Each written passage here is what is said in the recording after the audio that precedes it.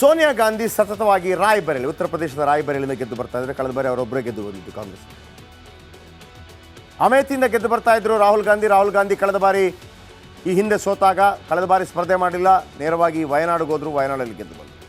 ಈ ಬಾರಿ ಇವರಿಬ್ಬರೂ ಕೂಡ ರಾಯ್ಬರೇಲಿಯಲ್ಲೂ ಸ್ಪರ್ಧೆ ಮಾಡಲ್ಲ ಮತ್ತು ವಯನಾಡಲ್ಲೂ ಕೂಡ ಸ್ಪರ್ಧೆ ಮಾಡಲ್ಲ. ಅದರಲ್ಲೂ ಸೋನಿಯಾ ಗಾಂಧಿ ಅವರು ತೆಲಂಗಾಣಕ್ಕೆ ಹೋಗಿ ತೆಲಂಗಾಣದಿಂದ ಸ್ಪರ್ಧೆ ಮಾಡ್ತಾ ಇದ್ದಾರೆ. ಮೊನ್ನೆ ರೇವಂತ್ ರೆಡ್ಡಿ ಅವರು ಅಮ್ಮ ಬನ್ನಿ ನಮ್ಮ ರಾಜ್ಯದಿಂದ ಸ್ಪರ್ಧೆ ಮಾಡಿ ಅಂತ ಹೇಳಿದ್ರು. ಬಹುಶಃ ಅದೇ ಆಗತ್ತೆ. ಹಾಗಿದ್ರೆ ರಾಹುಲ್ ಗಾಂಧಿ ಕಥೆ ಏನು? ರಾಹುಲ್ ಗಾಂಧಿ ಕೇರಳದ ವಯನಾಡಿನಿಂದ ಸ್ಪರ್ಧೆ ಮಾಡಿದ್ರು, ಅಲ್ಲಿಂದ ಸಂಸದರಾಗಿದ್ದಾರೆ. ಆದರೆ ಈ ಬಾರಿ ಅದನ್ನು ಎಡಪಕ್ಷಗಳು ಅಲ್ಲಿಂದ ಸ್ಪರ್ಧೆ ಮಾಡುವುದು ಖಚಿತವಾಗಿದೆ. ಹಾಗಾಗಿ ಬೇರೆ ಕ್ಷೇತ್ರವನ್ನು ಹುಡುಕುವಂಥ ಪ್ರಯತ್ನವನ್ನು ಮಾಡ್ತಾ ಇದ್ದಾರೆ. ಗೊತ್ತಿಲ್ಲ ಎಲ್ಲಿ ಅಂತ. ಬನ್ನಿ, ಸೋನಿಯಾ ಗಾಂಧಿ ಎಲ್ಲಿಗೆ ಬರ್ತಾರೆ? ರಾಯ್ಬರೇಲಿ ಮೊದಲೆಲ್ಲ 5 ಲಕ್ಷಗಳ ಮತಗಳ ಅಂತರದಿಂದ ಗೆದ್ದು ಬರ್ತಾ ಇದ್ದಂತಹ ಸೋನಿಯಾ ಗಾಂಧಿ ಅವರು ಕಳೆದ ಬಾರಿ 1,73,000 ಅಂತರದಿಂದ ಗೆದ್ದು ಬಂದಿದ್ದು, ಅಂದರೆ 3.5 ಲಕ್ಷದಿಂದ. ಆಮೇಲೆ 2019ರಲ್ಲಿ ಅಂತರ ನೋಡಿ, 2014ರಲ್ಲಿ ರಾಯ್ಬರೇಲಿಯಲ್ಲಿ ಸೋನಿಯಾ ಗಾಂಧಿ ಗೆದ್ದಿದ್ದು 3.5 ಲಕ್ಷ ಮತಗಳ ಅಂತರದಿಂದ. ಕಳೆದ ಬಾರಿ ದಿನೇಶ್ ಪ್ರತಾಪ್ ಸಿಂಗ್ ಅವರ ವಿರುದ್ಧ ಗೆದ್ದು ಬಂದಿದ್ದು 1,67,178 ಮತಗಳ ಅಂತರದಿಂದ. ಸೋನಿಯಾ ಗಾಂಧಿ ಅವರಿಗೆ ಒಂದು ಭಯ ಶುರುವಾಗಿದೆ, ಸೋಲಿಸ್ಬಿಡ್ತಾರೆ ಅಂತೇಳಿ. ಹಾಗಾಗಿ ಅವರಲ್ಲಿಂದ ಸ್ಪರ್ಧೆ ಮಾಡ್ತಾ ಇಲ್ಲ, ತೆಲಂಗಾಣಕ್ಕೆ ಬರ್ತಾರೆ. ತೆಲಂಗಾಣಕ್ಕೆ ಸೋನಿಯಾ ರಾಯ್ಬರೇಲಿ ಕ್ಷೇತ್ರದಲ್ಲಿ ಹೆಚ್ಚಾದ ಬಿಜೆಪಿ ಪ್ರಭಾವ. 3.5 ಲಕ್ಷದಿಂದ 1 ಲಕ್ಷಕ್ಕೆ ಬಂದಿದೆ ಅಂತರ. ರಾಮ ಮಂದಿರ ಇದೇ ಉತ್ತರ ಪ್ರದೇಶದಲ್ಲಾಗಿರೋದು. ಯೋಗಿ ಚರಿಷ್ಮಾ, ಮೋದಿ ಚರಿಷ್ಮಾ ಗಣನೀಯವಾಗಿ ಹೆಚ್ಚಳವಾಗಿದೆ. UPAಯ ಅಂದರೆ ಉತ್ತರ ಪ್ರದೇಶದ 80 ಕ್ಷೇತ್ರಗಳಲ್ಲಿ ಕಳೆದ ಬಾರಿ 67 ಕ್ಷೇತ್ರ ಗೆದ್ದುಕೊಂಡಿತ್ತು ಬಿಜೆಪಿ. 80ರಲ್ಲಿ 67 ಕ್ಷೇತ್ರ ಗೆದ್ದುಕೊಂಡಿತ್ತು, 10 BSP, ಉಳಿದದ್ದು ವಗೇರೆ ವಗೇರೆ. ಹಾಗಾಗಿ ಕಾಂಗ್ರೆಸ್ ಒಂದೇ, ಉಳಿದದ್ದು SP. ಹಾಗಾಗಿ ಕಳೆದ ಬಾರಿ 67 ಗೆದ್ದಿರುವಂಥ ಬಿಜೆಪಿ ಈ ಬಾರಿ ರಾಮ ಮಂದಿರ ಕಾರಣಕ್ಕಾಗಿ, ಮೋದಿ ಚರಿಷ್ಮಾ ಕಾರಣಕ್ಕಾಗಿ, ಯೋಗಿ ಚರಿಷ್ಮಾ ಕಾರಣಕ್ಕಾಗಿ 80ಕ್ಕೆ 80 ಗೆಲ್ಲುವ ಸಾಧ್ಯತೆ ಇದೆಯಂತೆ. ಹಾಗಾಗಿ ಈ ಬಾರಿ ಸೋನಿಯಾ ಗಾಂಧಿ ದಕ್ಷಿಣಕ್ಕೆ ವಲಸೆ ಫಿಕ್ಸು. ಈ ಹಿಂದೆ ಅವರು ಬಳ್ಳಾರಿಯಿಂದ ಕೂಡ ಗೆದ್ದು ಬಂದಿದ್ದರು. ಅವರ ಅತ್ತೆ ಅಂದರೆ ಮಾಜಿ ಪ್ರಧಾನಿ ದಿವಂಗತ ಇಂದಿರಾ ಗಾಂಧಿ ಅವರು ಚಿಕ್ಕಮಗಳೂರಿಂದ ಕೂಡ ಗೆದ್ದು ಬಂದಿದ್ದರು. ತೆಲಂಗಾಣದ ಒಂದು ಕ್ಷೇತ್ರದಿಂದ ಗೆಲ್ತಾರೆ, ಅಂದರೆ ಸ್ಪರ್ಧೆ ಮಾಡ್ತಾರೆ.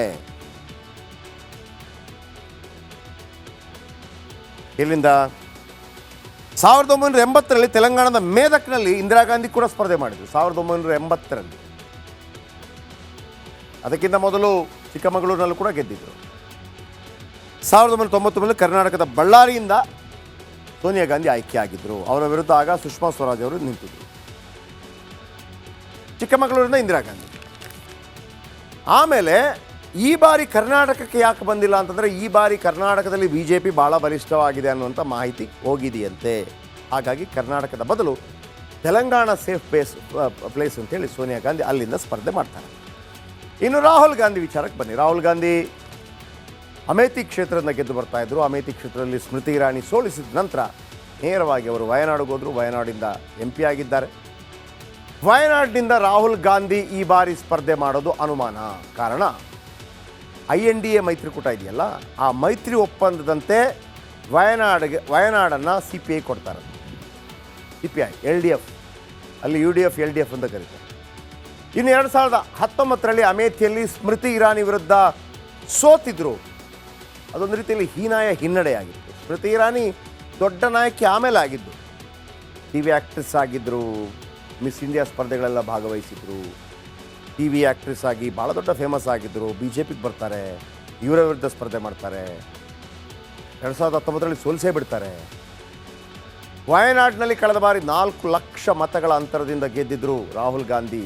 ಮುಸ್ಲಿಂ ಪ್ರಾಬಲ್ಯ ಜಾಸ್ತಿ ಇದೆ ಅನ್ನುವಂಥ ಟೀಕೆ, ಹಾಗಾಗಿ ಗೆದ್ದರು ಅಂತೇಳಿ BJP ಮಾಡಿತ್ತು. ವಯನಾಡು ಸೇರಿದಂತೆ 4 ಕ್ಷೇತ್ರ ಪಡೆದುಕೊಳ್ಳಲಿದೆ CPI, ನಿಮ್ಮ INDA ಮೈತ್ರಿಕೂಟದ ರೀತಿ ರಿವಾಜ್ ಪ್ರಕಾರ. ವಯನಾಡಿನಿಂದ D ರಾಜಾ ಪತ್ನಿ ಆ್ಯನ್ಲಿ ಸ್ಪರ್ಧೆ ಮಾಡ್ತಾರಂತೆ. D ರಾಜಾ ಅವರ ಪತ್ನಿ. ಇನ್ನು ರಾಹುಲ್ ಗಾಂಧಿ ಬೇರೊಂದು ಕ್ಷೇತ್ರ ಹುಡುಕೋದು ಅನಿವಾರ್ಯವಾಗಿದೆ. ಎಲ್ಲಿಂದ ಸ್ಪರ್ಧೆ ಮಾಡ್ತಾರೆ ಗೊತ್ತಿಲ್ಲ.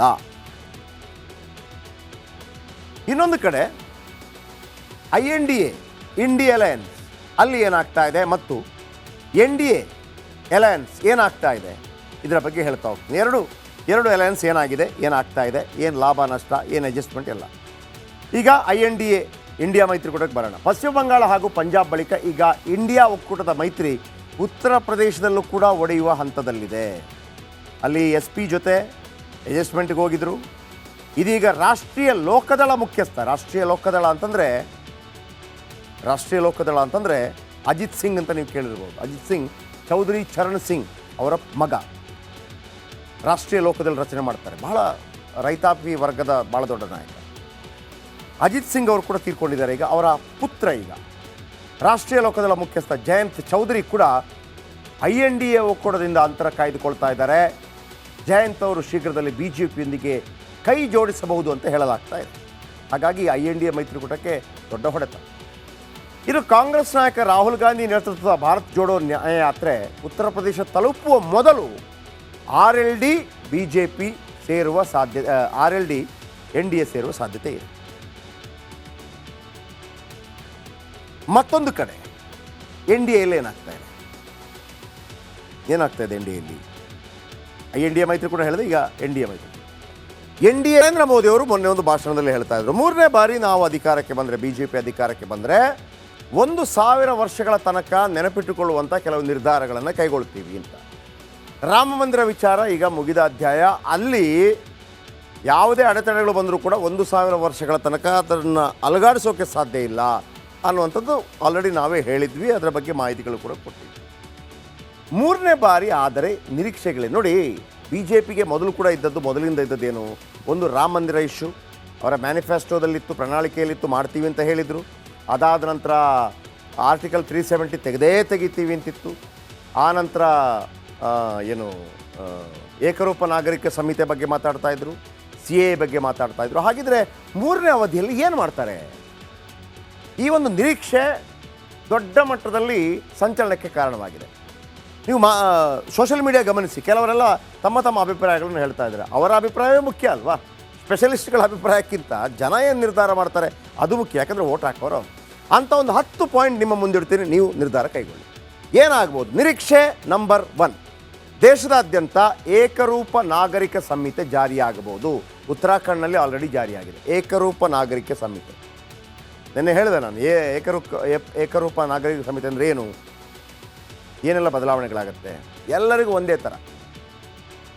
ನಿರೀಕ್ಷೆ ನಂಬರ್ 2, ಭಾರತದ ಆರ್ಥಿಕತೆ 3ನೇ ಸ್ಥಾನಕ್ಕೇರಿಸುವುದು. 5 ಟ್ರಿಲಿಯನ್ ಆರ್ಥಿಕತೆ. ಆಲ್ರೆಡಿ ಅದಕ್ಕೆ ದಾಪುಗಾಲಿಡ್ತಾ ಇದ್ದೀವಿ. 5ನೇ ಸ್ಥಾನದಲ್ಲಿದ್ದೀವಿ. ಇನ್ನು 5 ಟ್ರಿಲಿಯನ್ ಆರ್ಥಿಕತೆಗೆ ನಾವು ಬರಬೇಕು. ಅದಾಗತ್ತಾ? ಇನ್ನು ನಿರೀಕ್ಷೆ ನಂಬರ್ 3, ದೇಶದಾದ್ಯಂತ CAA NRC ಜಾರಿ ಮಾಡುವುದು ಕೆಲವು ಬದಲಾವಣೆಗಳ ರೂಪದಲ್ಲಿ. ಯಾಕಂದರೆ ದೊಡ್ಡ ಮಟ್ಟದಲ್ಲಿ ಹೋರಾಟವಾಗಿತ್ತು, ಅವರ ಮನವೊಲಿಸುವುದು. ಇದು ಯಾರಿಗೂ ತೊಂದರೆ ಮಾಡುವಂಥದ್ದಲ್ಲ, ಇದು ದೇಶಕ್ಕೆ ಮತ್ತು ಭಾರತ ಪ್ರತಿಯೊಬ್ಬ ಜಾತಿ ಮತ ಭೇದ ಮರೆತು ಎಲ್ಲರಿಗೂ ಒಳ್ಳೆಯದಾಗುವಂಥದ್ದು ಅಂತ ಅದನ್ನು ನಿರೂಪಿಸುವುದು. ನಂಬರ್ 4, ಈ ಹಿಂದೆ ಹಿಂತೆಗೆದುಕೊಂಡಂಥ ಕೃಷಿ ಬಿಲ್ಲನ್ನು ಸುಧಾರಿತ ರೂಪದಲ್ಲಿ ಮತ್ತೆ ಜಾರಿ ಮಾಡೋದು. ಯಾವುದೆಲ್ಲ ತೊಂದರೆ ಆಗತ್ತೆ ಅದನ್ನೆಲ್ಲ ತೆಗೆದುಹಾಕಿ ಮತ್ತೆ ಜಾರಿ ಮಾಡೋದು. ನಿರೀಕ್ಷೆ ನಂಬರ್ 5, ಕಾಶ್ಮೀರ ವಿವಾದಕ್ಕೆ ಶಾಶ್ವತವಾದಂಥ ಪರಿಹಾರವನ್ನು ನೀಡುವುದು. ಯಾವುದೇ ಕಾರಣಕ್ಕೂ ಕೂಡ ಅಲ್ಲಿ ಪಾಕಿಸ್ತಾನ ಎಂಟ್ರಿ ಆಗುವಂಥ ಪ್ರಶ್ನೆ ಇಲ್ಲ. ಆ ರೀತಿ ಗೊತ್ತಿಲ್ಲ ಯಾವ ರೀತಿ ಮಾಡ್ತಾರೆ ಅಂತೇಳಿ. ಯಾಕಂದರೆ ನಾವೇನು ಪಾಕಿಸ್ತಾನ ಆಕ್ಯುಪೈಡ್ ಕಾಶ್ಮೀರ ಅಂತ ನಾವು POK ಅಂತ ಕರಿತೀವಿ, ಪಾಕಿಸ್ತಾನ ಅದನ್ನು ಆಜಾದ್ ಕಾಶ್ಮೀರ ಅಂತ ಕರೀತಾರೆ. ನಾವು ಕರೀಲೇಬೇಕಾಗಿರೋದು ಪಾಕಿಸ್ತಾನ ಆಕ್ಯುಪೈಡ್ ಕಾಶ್ಮೀರ. ಅದನ್ನು ನಮ್ಮ ತೆಕ್ಕೆಗೆ ತೆಗೆದುಕೊಳ್ತಾರೆ. ಬಹಳ ದೊಡ್ಡ ನಿರೀಕ್ಷೆ. ಇನ್ನು ದೇಶದ ರೈತರ ಆದಾಯ ಡಬಲ್ ಮಾಡಲೇಬೇಕಿದೆ. ಇದು BJPಗೆ ಕಿರುಕುಳವನ್ನು ಕೂಡ ಕೊಡ್ತಾ ಇದೆ ಕೇಂದ್ರ ಸರ್ಕಾರಕ್ಕೆ. ಮಾಡಿದ್ರಾ ಆರಂಭದಲ್ಲೇ ಹೇಳಿದ್ರು ಡಬಲ್ ಮಾಡ್ತೀವಿ ಅಂತೇಳಿ. ಅದು ಆಗಿದ್ರೆ ಅದಕ್ಕೆ ಕಾರಣ ಕೊಡಬೇಕು, ಅದಕ್ಕೆ ಸ್ಪಷ್ಟನೆ ಕೊಡಬೇಕು. ಅದಾಗತ್ತಾ? ನಿರೀಕ್ಷೆ ನಂಬರ್ 7, ಚೀನಾಗೆ ಸಮರ್ಪಕ ಉತ್ತರ ಕೊಡುವ ಅನಿವಾರ್ಯತೆ ಇದೆ. ಚೀನಾಗೆ ಏನು ಮಾಡ್ತಾರೆ? ನಿರೀಕ್ಷೆ ನಂಬರ್ 8, ಬುಲೆಟ್ ಟ್ರೈನು ಓಡುತ್ತಾ ಈ ಬಾರಿ. ಯಾಕಂದರೆ ಕೆಲಸಗಳಾಗ್ತಾ ಇದೆ, ಆದರೆ ನಿರೀಕ್ಷಿತ ವೇಗದಲ್ಲಿ ಆಗಿಲ್ಲ. ನಿರೀಕ್ಷಿತ ವೇಗದಲ್ಲಿ ಆಗೋದಕ್ಕೆ ಸಾಧ್ಯನೂ ಕೂಡ ಇಲ್ಲ. ಯಾಕಂದರೆ ಅದಕ್ಕೆ ನಮ್ಮ ಈ ಹಳಿ ಇದೆಯಲ್ಲ, ಅದರ ಮೇಲೆ ಗಾಡಿ ಓಡಿಸೋದಲ್ಲ, ಆ ಹಳಿಯೇ ಬದಲಾಗಬೇಕು. ನಮ್ಮ ದೇಶದಲ್ಲಿರುವಂಥ ಹಳಿಯಲ್ಲಿ ಇಷ್ಟೇ ಕಿಲೋಮೀಟರ್ ವೇಗದಲ್ಲಿ ಮಾತ್ರ ಓಡೋದಕ್ಕೆ ಸಾಧ್ಯ. ಅದು ಬಂದರೆ ಅದು ಬೇರೆಯೇ ಆಗಬೇಕಾಗತ್ತೆ. ನಿರೀಕ್ಷೆ ನಂಬರ್ 9, ವಕ್ಫ್ ಬೋರ್ಡ್ ರದ್ದು ಮಾಡಬೇಕೆನ್ನುವ ಕೂಗಿದೆ.